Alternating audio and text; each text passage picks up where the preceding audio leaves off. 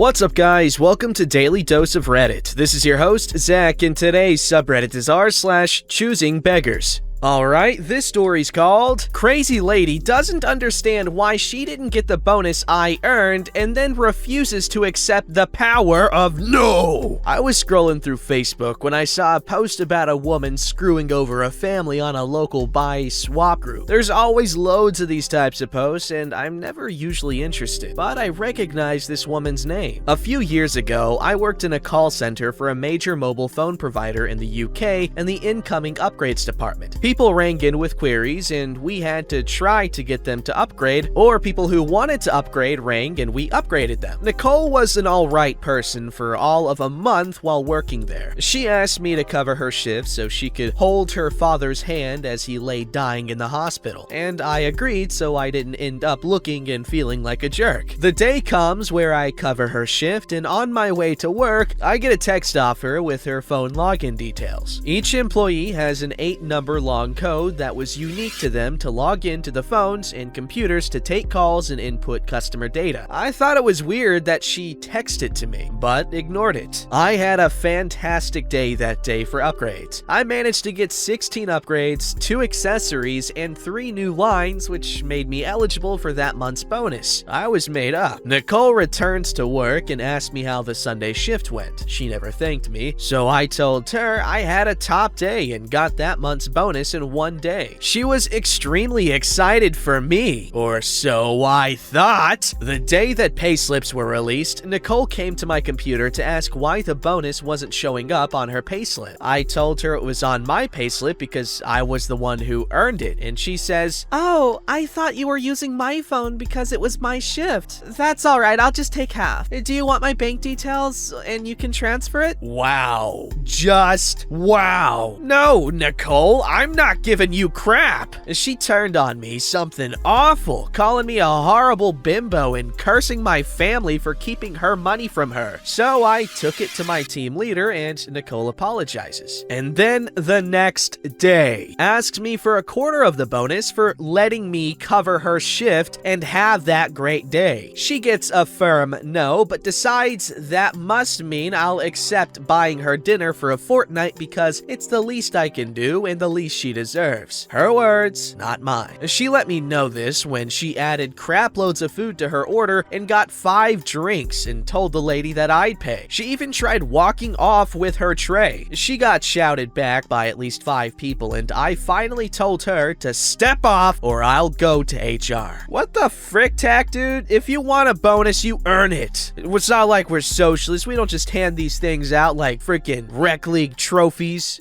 Alright, this story's called Women Wanted a Free Table and Chairs. Or I thought. Mine's not terrible compared to some of these nightmares, but kind of a really? My wife is always on those Facebook free items pages where people in need can ask or offer something up for free. So apparently someone was in desperate need of a kitchen table. Went on about how she needs a place for all her kids to do their homework while she cooks meals or something. We had just bought a new kitchen table and chairs when we redid our kitchen, but the others were in decent shape and we kept them in the garage. We were gonna donate them or have a tag sale. So my wife offered this woman our old kitchen table and chairs. Not only that, she graciously offered my services to deliver them. I drive a pickup truck. If you like hearing from friends out of the blue on the weekend to help with something, buy a pickup truck. Honestly, it's true, my dad has used so many people's pickup trucks. So I forced my son to actually get dressed on a Saturday morning before noon, and we Tetrised the 4 chairs and table into the back of the truck and drove to the next town over. We mask up, get out of the truck. She seems grateful, but looks at the chairs and says she's going to keep looking for chairs, but the table she'll take. Pardon? I don't want the chairs. I don't like them.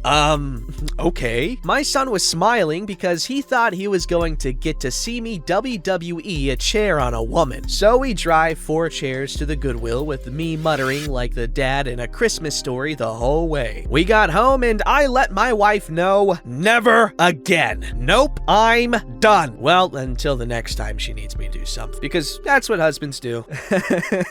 That's a cute story. That woman sucked though, but that's a cute story. Very like TV sitcom family-esque, or maybe even a movie. I like it. Alright, this story's called Choosing Beggar Gets a Free Car by a Miracle, then asked to sell it back. My parents are very active in charity work and have recently befriended a refugee couple from a very hostile and dangerous place. The couple are basically decent people, but not very wise and are constantly in financial trouble despite both having decent jobs. Recently they had car trouble, and the couple asked my parents to please pray for them that somebody would give them a vehicle for free. These prayers were offered and, believe it or not, were answered. An acquaintance contacted my parents out of the blue and said, unprompted, that he had just upgraded to a new car and would like to give his old one to someone who is in need. My parents' charitable activities are well known, and this kind of thing has happened before, although not with anything as expensive as a car. The giver would not only donate the car free of charge, but would pay any fees to transfer the title and would even have the vehicle looked at by a mechanic and pay to repair any problems with it. And all of this was done, and the car was turned over to the couple, tuned like a violin. After about a week of driving the vehicle, the woman contacted my mother and wanted to know if she or the original donor would be interested in buying the vehicle back. A price was suggested that exceeds the likely value of the vehicle, although the woman was careful to specify that she would be open to negotiations. And having been turned down with no excessive politeness, then went on to ask her advice with respect to another car she is considering purchasing for $16,000, which would be entirely debt financed. So my parents are bitterly hurt and embarrassed, and the original donor is furious, and the only silver lining is that I'm probably going to end up with the car. Do you believe in miracles? Damn. Another man's trash is another person's trash, but another person's treasure. Dude turns down a free freaking car, man. And even if you wanted to sell it, why would you try to sell it back to the person who gave it to you for free? That is messed up baroni and cheese. Cheese, I tell you, cheese. Green moose, rubber goose. This story's called Large Fries, Chocolate Shake. Odd parents, fairly odd parents. I've done this before in a video, but I don't care. I see large fries in the title, I have to take it. Retcon the last time I did that joke, bit, thing, whatever you want to call it. Well, anyways, this was my first semester going to college, fall 2019. There is a burger joint that I like to splurge on once a week since my fun money is around 20 bucks. Anyways, I was walking over to the burger joint from my dorm when I met Choosing Beggar, who stopped me and explained how he just got out of prison and was really hungry. I was an idiot for believing Choosing Beggar's story of how he just got out of prison and was starving. Choosing Beggar told me he just wanted a 1-patty burger and small fries. Would have been around $9.50. What? I guess some places. The way the burger joint works is kind of like Subway, where you pick what's on your burger and it can range from $6 to $12, and the fries are $3 to $5 depending on the size. I didn't have cash and I don't know what Choosing Beggar wanted on the burger, so I just told the cashier I'll cover Choosing Beggar's order, but needed a printed receipt on both orders after. Choosing Beggar decided to pick takeout and walked out, which was fine by me, but when I got the receipt, I was mad to find out that Choosing Beggar decided to get a 2-patty bacon cheeseburger and large fries with the grilled cheese for himself when he told me he just wanted a 1-patty burger with small fries, which we agreed on. I was already a bit reluctant on seeing a bill for $25, but when that sucker was pushing $35, I was mad. I pretty much forgot about this until last Saturday when I decided to go back to the burger joint with my friend, and Choosing Beggar came up to us and started to ask us for money because he just got out of prison. What a coincidence. In the end, I feel bad for Choosing Beggar for being poor, but I'm mad that Choosing Beggar is just abusing other people's trust to survive. I know I sound spoiled as frick getting mad over $10, but I'm just pissed about being lied to, not once, but twice. Yeah, if he just kept it to one time, it would have been fine, but he had to do it twice? Man. That's messed up. I 100% can understand and see and honestly agree with OP's perspective. Yes, to some people, he would sound spoiled. All right, believe it or not. honestly, like, when the stakes are higher, what people become okay with and what people resort or end up doing is just mind-boggling. Like, for instance, imagine you've been inside all day, you know, chilling, and then you're eating a sandwich, all right? You drop the sandwich on the floor. I mean, I'll eat it because I don't give a crap, but a lot of people would be like, ew, touch the floor, gross. And so they toss it, feed it to their goldfish. I don't know what people do with sandwiches besides eat them. Anyway, but if you're, say, like in a survival situation, you drop your freaking sandwich on the ground, you're not gonna care. You're just gonna eat it. And you can eat a bit of dirt. It's not gonna kill you. I mean, don't quote me on that. But you can consume dirt and you'll be fine. Your body will just poop it out. But the thing is, you might think deceiving someone to get, you know, an extra 10, 15 bucks worth of a meal is messed up. And yes, it is. But to them, it's just a means to live. And a lot of people in a similar situation would probably not see much of a problem. Therein lies the assumption that, you know, just because they're better off than you doesn't mean they're well off. It sucks. The world is the way it is. I wish there were alternatives for people that make it easier for anyone to get food that they need to survive. Unless that dude is just scamming for fun. That happens all the time. Alright, this story's called How I Lost My Best Friend of 16 Years. I used to live 10 minutes away from my best friend. I didn't have my license, but I did have a job. My best friend would come over to my house all the time. Then I moved a further 10 minutes away. This meant I was now a 20-minute drive from her house. In 6 months, she never visited me. Kept telling me to catch the bus to them since I catch it to work. Fair point, but there was no easy bus route and it would end up taking an hour to get there. Obviously, I could have made this effort, but they also could have made the effort to drive to me. Anyway, it gets to my birthday and they say, "It's your birthday, I want to come see you." And I said, "Okay, I'm looking forward to it." And they said, "I will need fuel money." I was never going to pay, but I curiously asked, "How much?" And they said, $10. Now, I know that isn't a lot, but I only made $80 a week, so it was a lot for me. The begging part comes in when I rejected her request and she started going off. "All I want is to see my best friend for her birthday. You are being so selfish. I'm offering to take you out for your birthday and you won't even let me see you." I thought there was a misunderstanding. I said, "Oh, do you mean you need $10 for us to go out?" And she said, "No, the $10 is for me to drive to you. I will obviously pay to take you out because it's your birthday." "I'm not paying you $10 to come visit me. You're making it sound like I have to pay you to hang out with me." "No, but you should pay for my fuel for the drive. I only live an extra 10 minutes away." She said, "No, it's actually 12. To cut the story short, she continued to go off about how selfish I was that I wouldn't even let her see me on my birthday. Edit! They were living at their parents', paid no expenses or rent. This event happened 3 years ago. Their parents bought them the car in question.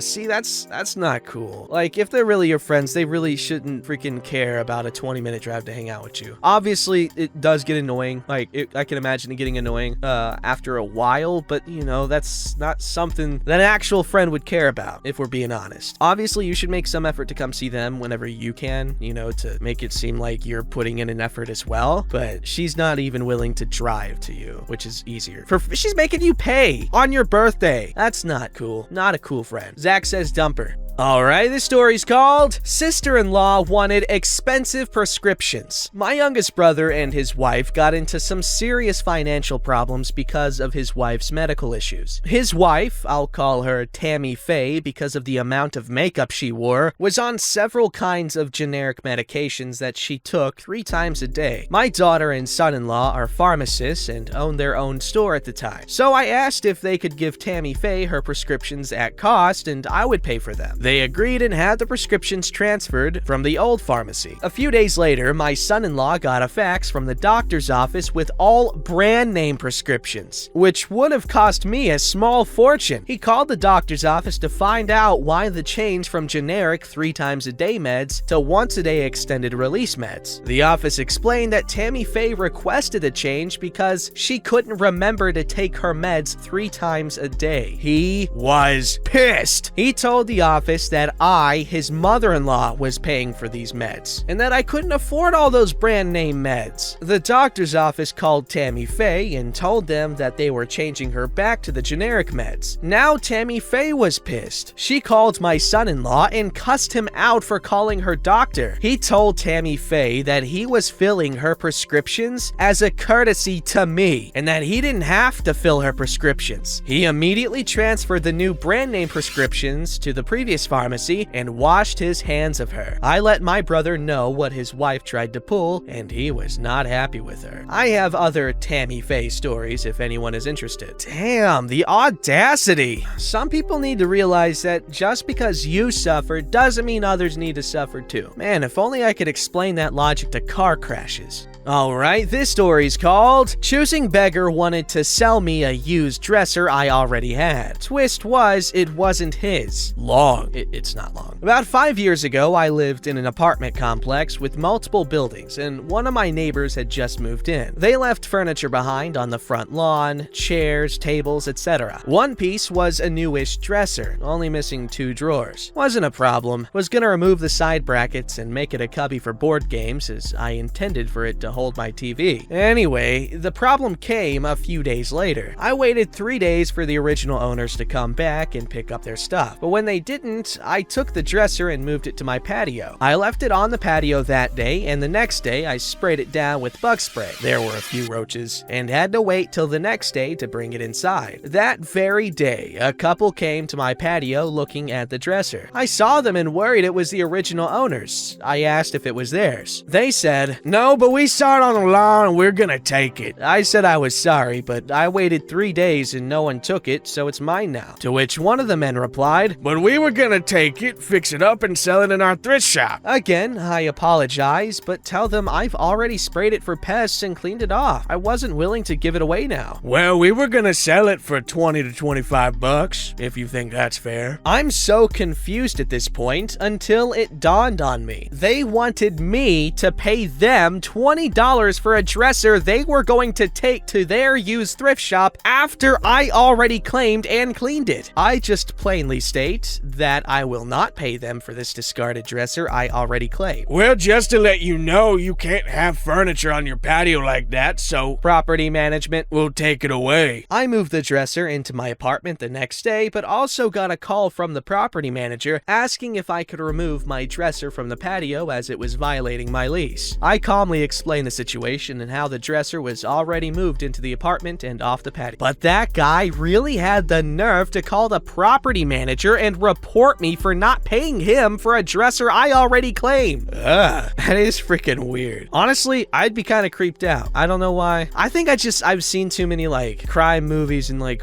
crime shows and stuff to where I think in a story like this, I just think that people are gonna be hostile and just try to freaking muscle the dresser off of OP. I just assumed that's where that was going, like through intimidation. Man, it's messed up. That's how the world is. I mean, obviously not in this case, but it is enough to where it inspires crime dramas and stuff. Hey, Goodfellas. You think a wise guy, like, put a wise guy in place of the dudes trying to take the dresser. You think that's gonna happen? No, they're gonna get hurt. OP, be careful. But stand your ground too. But also be careful. But don't be a coward. But don't be stupid. The world is scary and confusing. Don't forget to like, subscribe, and hit that bell to never miss an episode.